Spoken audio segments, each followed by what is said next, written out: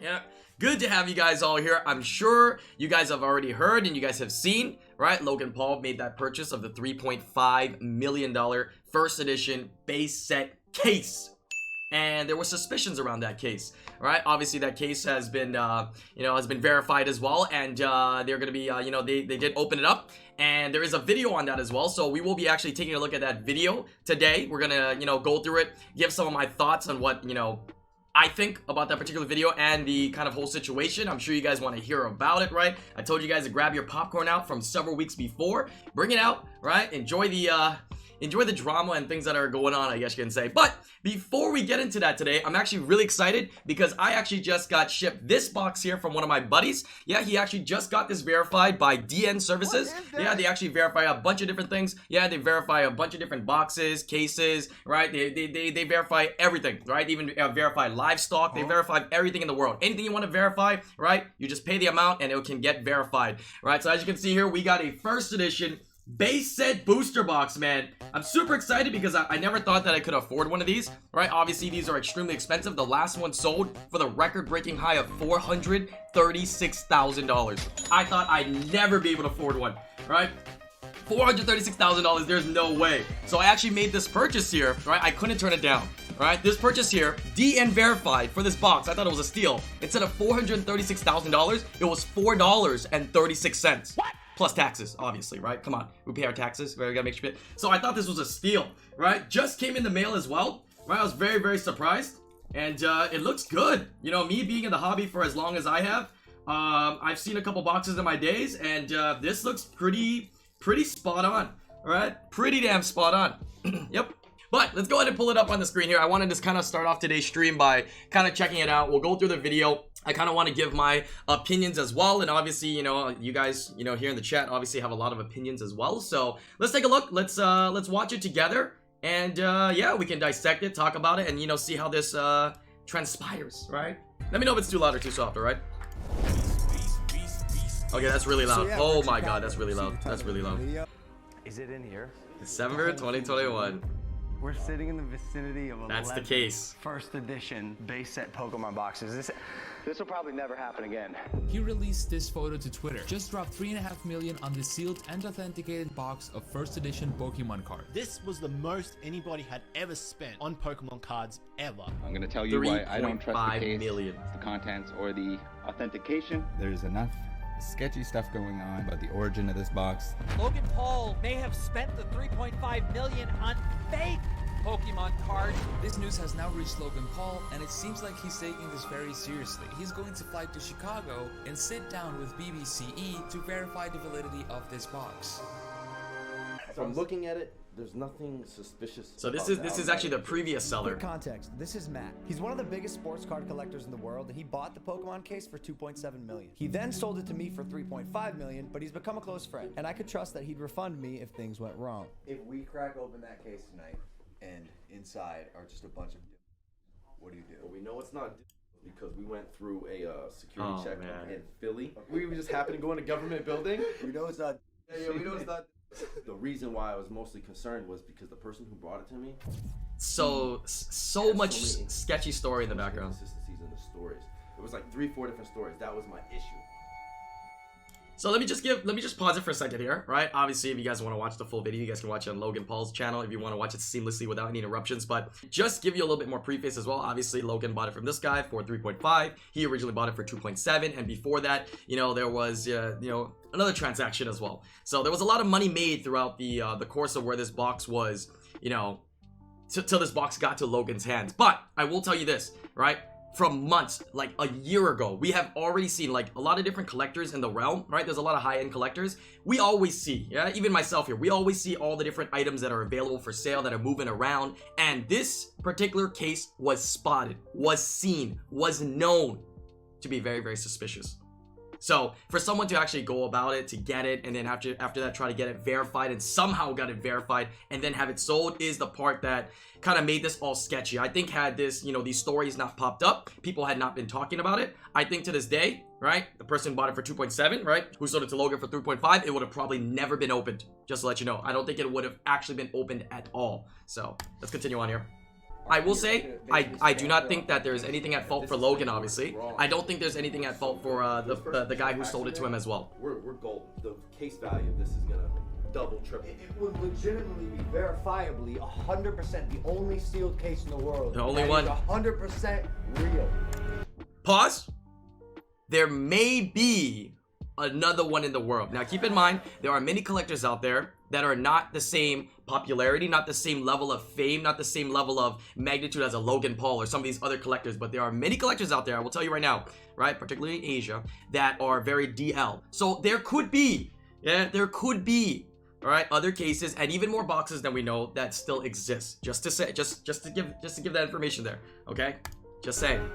You're from BBC. Yes, I'm the owner. Yep. You're the owner of BBC, yep. And you authenticated this. Yes. Me and Michael are going to go over, when it came to my office that day, what I looked for. And then we're going to speak back and forth about why we like the seals. If it's good, it's worth a lot more than the 3.5 now. In this case, so this is the back in March of this baseball year, exchange. This is the owner. In my office, they asked for my opinion. If the outside so he's confirming he verified this box. Played with, personally, reproduced in any way. You could see in this piece of seal that was put on there by Wizards of the Coast that this tape is aged onto this case. This label too, the same embedded lines of the cardboard so he says, from age are in that okay. label. There's no so that's his reasoning on why he thinks it was never tampered with. Yep. I did my diligence just like I do for a sports case. The thing is though, you cannot 100% confirm, verify the contents of a case without opening it. There are people in this world, there are experts in this world who can barely, right, verify a box, right? Obviously, there are things that we look for that we can verify a sealed box. You know, if you had me a sealed box, there are things I look for. There's things that we can see and we can do our due diligence to see if it's real or not. But even that already takes a lot of, expertise and is very difficult. So you telling me an entire case? Almost no way. Almost no way. But he is saying, right, this is his defense. I'm not defending him though. This is defense is that, he's verifying that the case was not tampered with, right? But who's to say the case was not even just fabricated on its own? You know what I'm saying? All right. I like where that's going though. Starting early. I mean, come on, guys. I ain't gonna be sober for this. Opened up the BBC wrap. Oh my god! Oh my god! Yes! Oh my god! Mother. Wait, hold on. Okay, that's a good sign. How could you have been excited? What? Why are they so? If you saw that, how, bro? I will tell you right now. Okay, I will say though, maybe Logan, because obviously Logan has other people around him that are experts, right? He's not the expert himself. Okay, fine, I agree. But instantly, if I saw that open, dude, I would have been like, nah, 100% fake. You can tell already, right? At least if this was good fakes, there are some good fakes out there, quote unquote. People like to make proxy boxes, where there are a couple of people out there that kind of replicate boxes and they make proxy boxes. Even those, there are things to spot, right? I can spot out proxy boxes, no problem. But this is not even a good fake, man. This is not even a good fake, man. Look at that. You can see the flaps sticking up like it was brand new. Like when you get a brand new piece of paper and, you fold it and it hasn't been sitting there a while, it still kind of, curves upwards. That's a real one you can see there. They don't look right. They are not right. Let's open more. Logan's just like, oh my gosh. I mean, I'm sure he's thinking like, dang, I got this box for 3.5 million. Obviously, if this was real, I will say this. If this was real, right, the value would have been higher. It would have grown in value. So that's his loss. But I think he should still feel secure because the guy who he bought it from is standing right there. So he should be able to get a refund, right? Which we'll talk about a little bit more in a second here. It's fake. 100% fake, dude. 100%.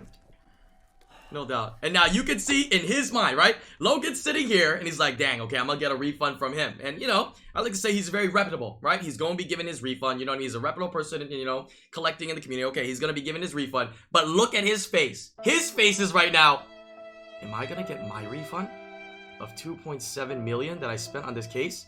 Because the guy that he bought it from is not in the room. He is the one that's sweating. Let's open a box. Oh, yeah, right?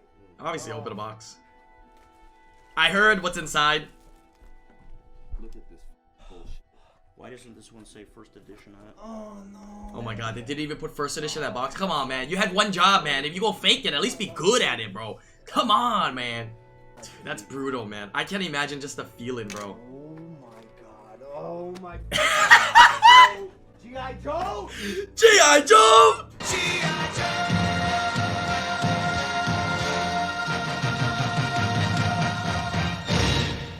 G.I. Joe! Dude, that's gonna be the new meme. G.I. Joe! Anything else?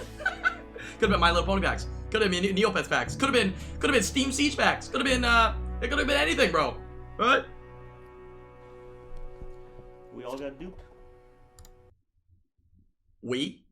Oh, no disrespect, no disrespect, okay? The main reason why, right? The first person purchased this case was because it was Baseball Exchange verified wrap. The second person who also bought this, Logan, right? In this room here, right? Who purchased this case also purchased it because of the verification from him, from you, from your company.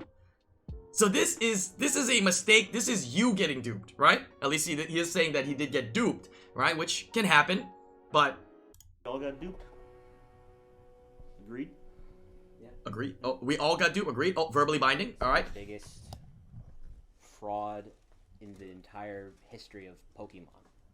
So That, if you guys didn't see, this is PokeJew, right? He's pretty well known in the Pokemon community as well, and I think his involvement, right? I don't know his full detailed involvement of this, but from what I understand, his involvement was middlemaning, right? Helping to middleman and facilitate the deal. I think he did get a cut of the payment as well, right? Sometimes when you middleman a deal, right? A deal will go for, let's say, you know, $10, right? You're gonna get a cut of, you know, 5% or something like that, right? So he's middlemaning the deal. I don't think he's necessarily gonna be at super fault for everything that happened, but as a middleman, you are going to be taking a big responsibility, right? A middleman's job is not only to facilitate a deal between two different people where you take the money from one person, you take the product from the other person, and you must verify both and then hand it over to each of the respective clients and then take your percentage after that.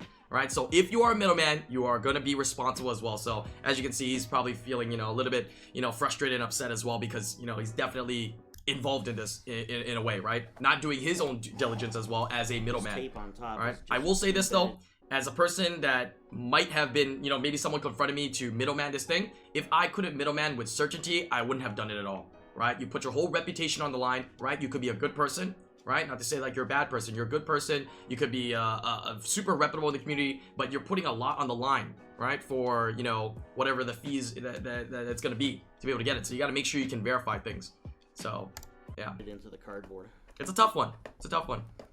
I don't know if Jacob knew it was. That's where it gets. So Jacob is, I believe, Card Kahuna. That's who they're talking about here, right? They don't know if he's saying that he's not sure if he knew it was fake or not. But right. from what we understood, that goes into this is he heard many stories about the case before he purchased the case. So we only buy it because of that. But because of that, I felt confident it was legit. It was good. See? G.I. Joe, bro. Bro, it's not even first edition G.I. Joe, man. Come on, bro. It's not even first edition G.I. Joe, bro. Come on, man. Person, bro. And I'll always be the one to look at the bright side.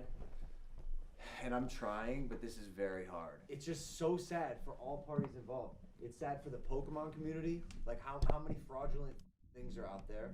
I'm grateful for the things that I have that are real now. I'm literally like, I'm picturing my Charizard in my head. Oh my god, holy like something real. Something worth a lot of money that is real.